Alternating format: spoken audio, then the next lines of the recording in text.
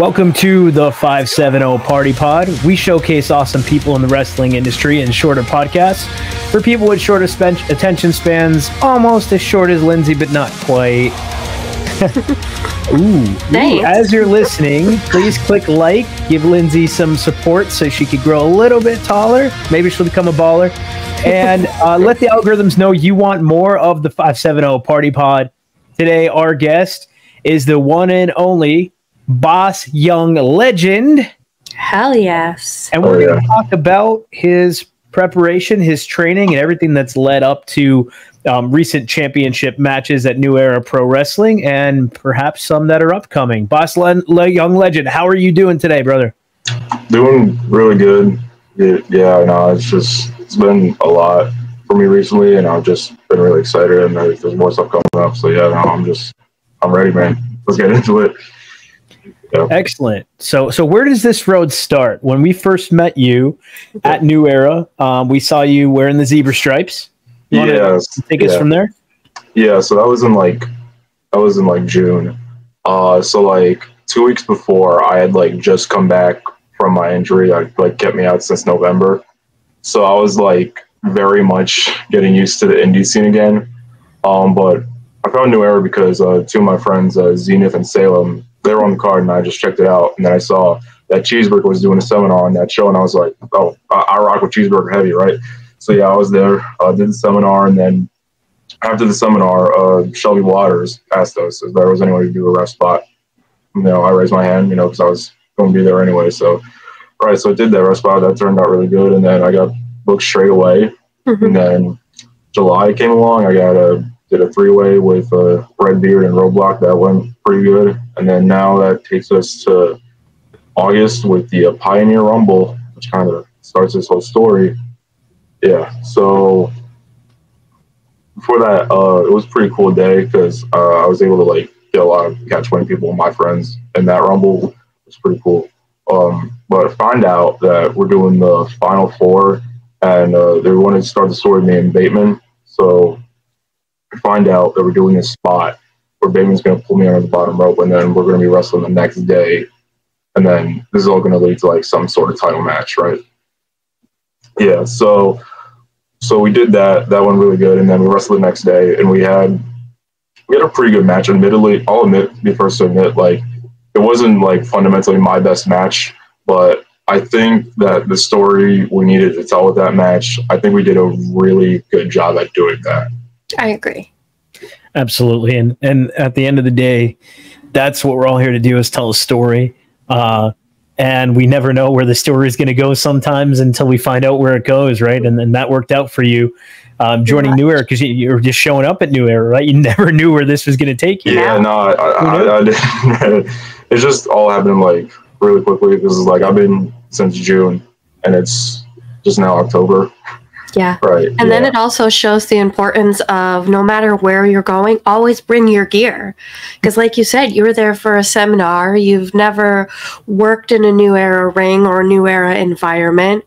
And you just so happen to have the opportunity, and other people that were there with you in the seminar were also able to take a bump and able to get in and do what you did. Maybe not as well as you, but you were the only one smart enough to have that gear with you. I thought I did really well in that seminar, and you did. Yeah, thank you. You're welcome.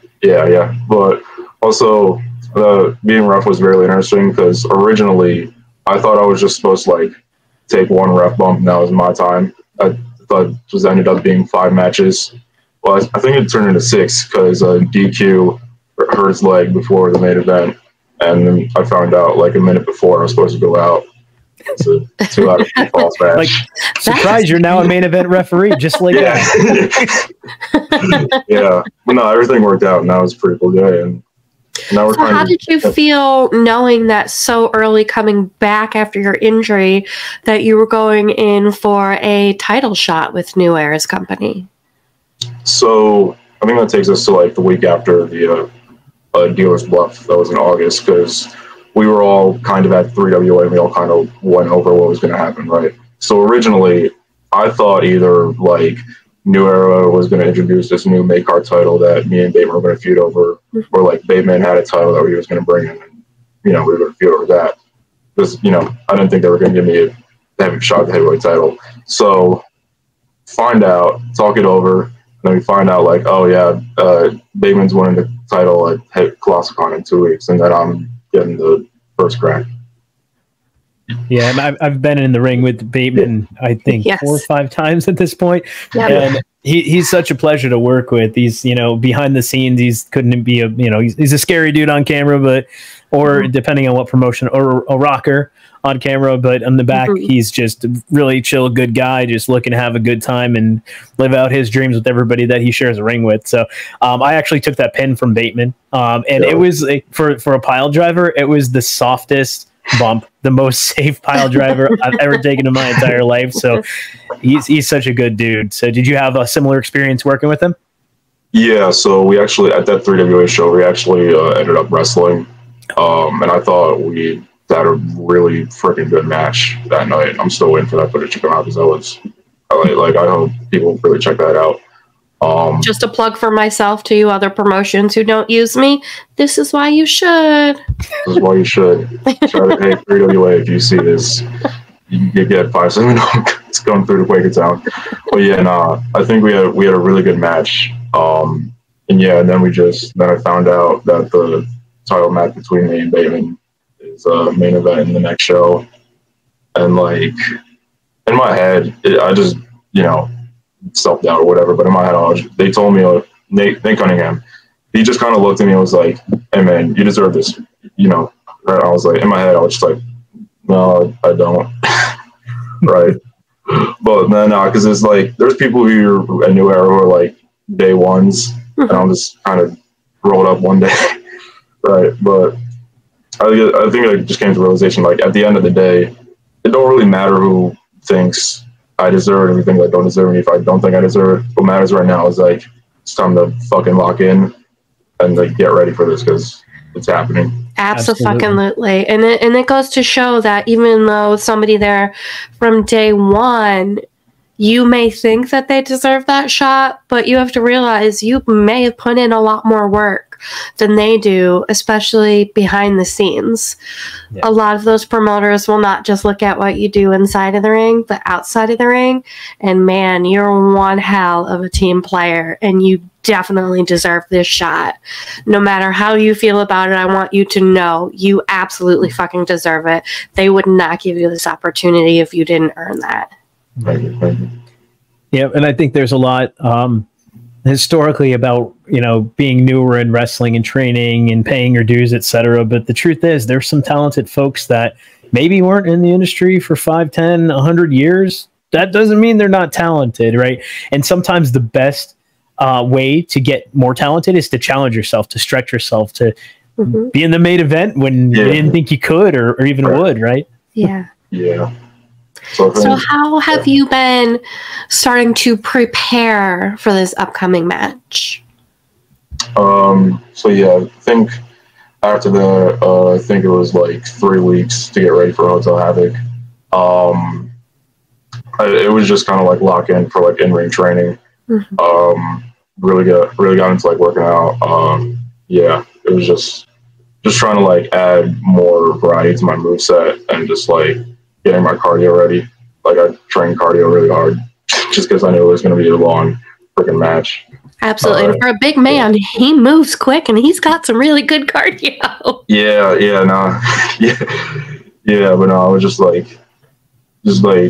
getting me physically ready and just like mentally ready, because I knew like it was probably, I could like mentally prepare myself like as much as I could, but like even then it was probably going to be a struggle that whole day, which it went all right, but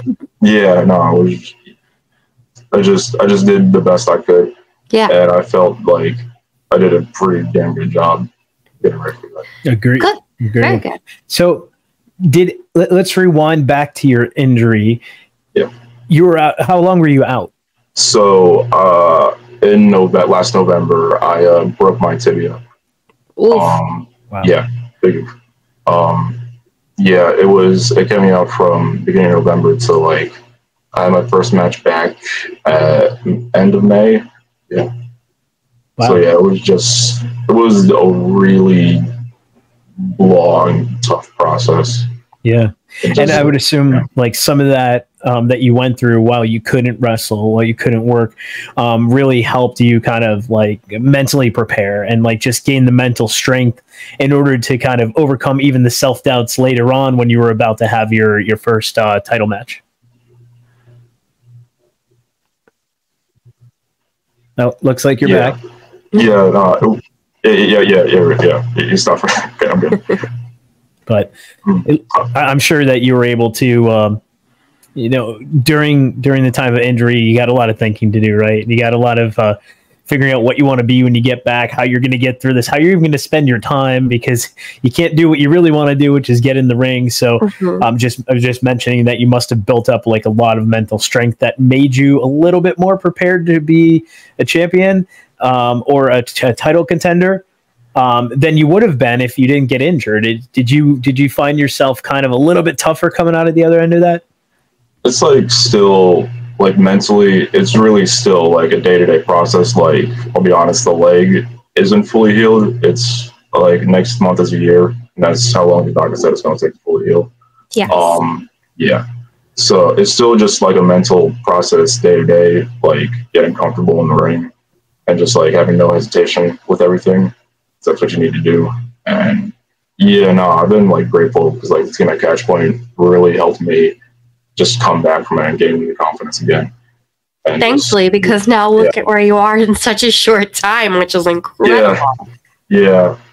And then during your injury, did you ever go through the thought process of, oh shit, I'm out so long, I'm going to be forgotten about? It was just happened so early on. Like I was 3 months in when that happened. So like that, honestly, that thought didn't really cross my mind because like I'm gonna just come back and then like I'm gonna really start making a name for myself.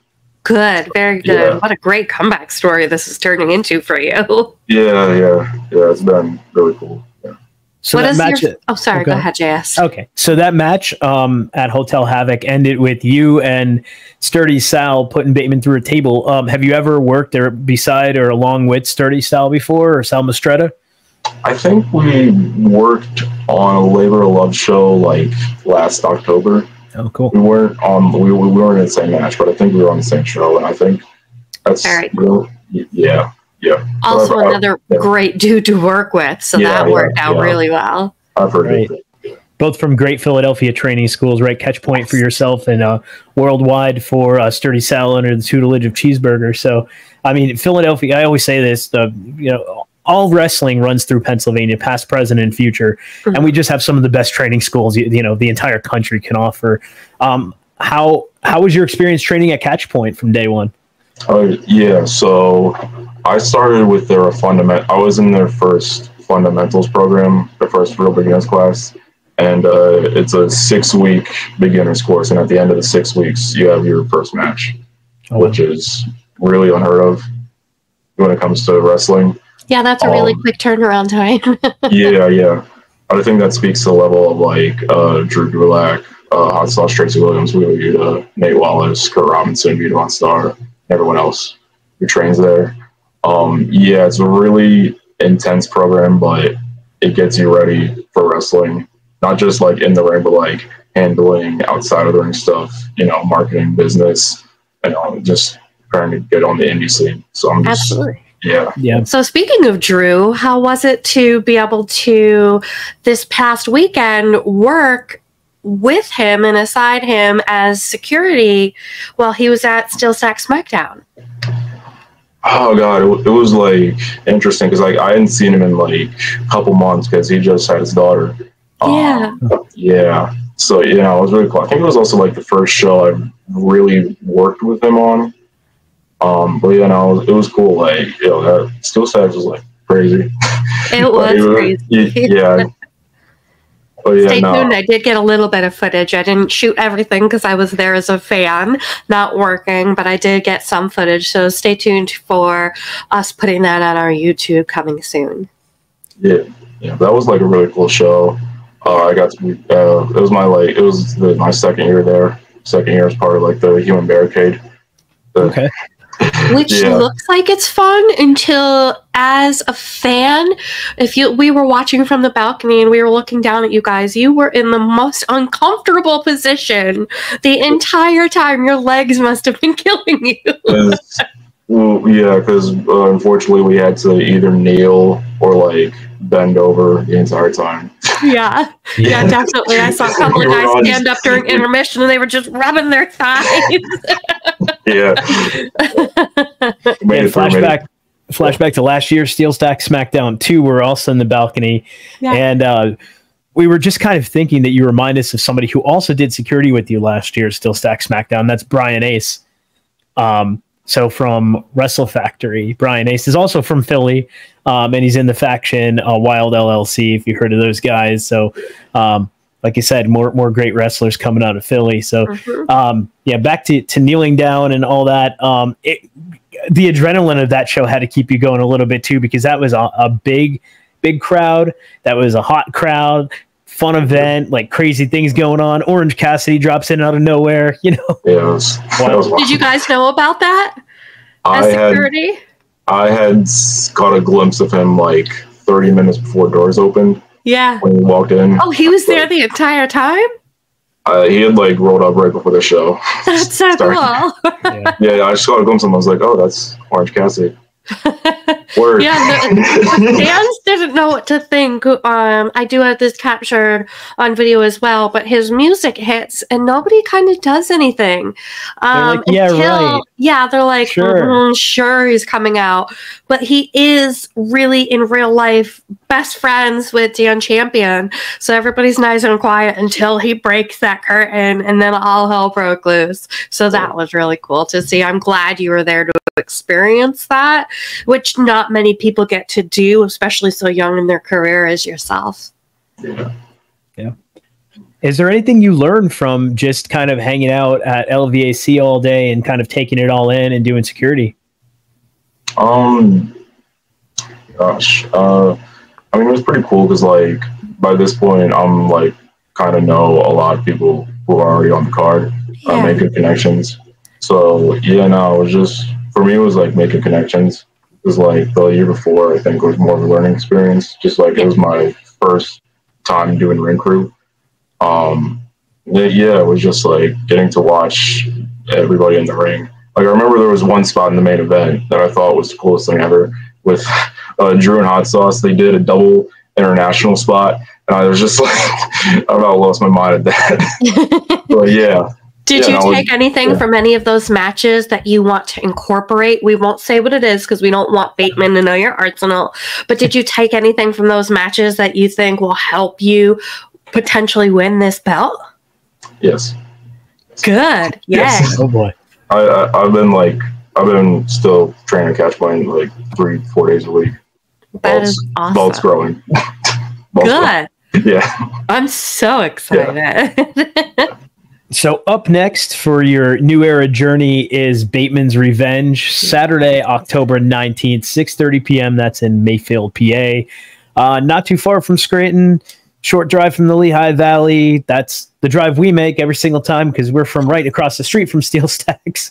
Yeah. So definitely worth going. If you're not going yet, go get your tickets. They're available right now. There's going to be a costume party at Family Friendly Wrestling. Boss Young Legend, what are you doing to prepare for your upcoming? Has the match? Can we talk about it? Has the match been announced yet? Sort of. We're on the poster. All right. Well, it's called. I'm worried about you because it's called Bateman's Revenge. That can't be a good thing. No. I'm gonna be real. Bateman's Revenge is a lot of BS. Nah, man. He really wants revenge, but he got the jump on us at the end. He's still mad about the shovel throw, that I can see, but no, I'm gonna just say I think this is the biggest match so far in the history of New Era. Absolutely. Yeah, I think the story's been great. I've had a blast, and I'm just ready to freaking go for it. I'm just gonna full send it. That's what we want to hear. That's really all I can say, man. New Era is a great place for you to test your skills, really push yourself beyond your limits. It's the promotion just started this year. 570 Wrestling has been around for a long time, but New Era just popped up, and like they're giving so many opportunities to folks, and you guys are shining, and we're all proud of you. So keep Very going. much so. Yeah. For sure.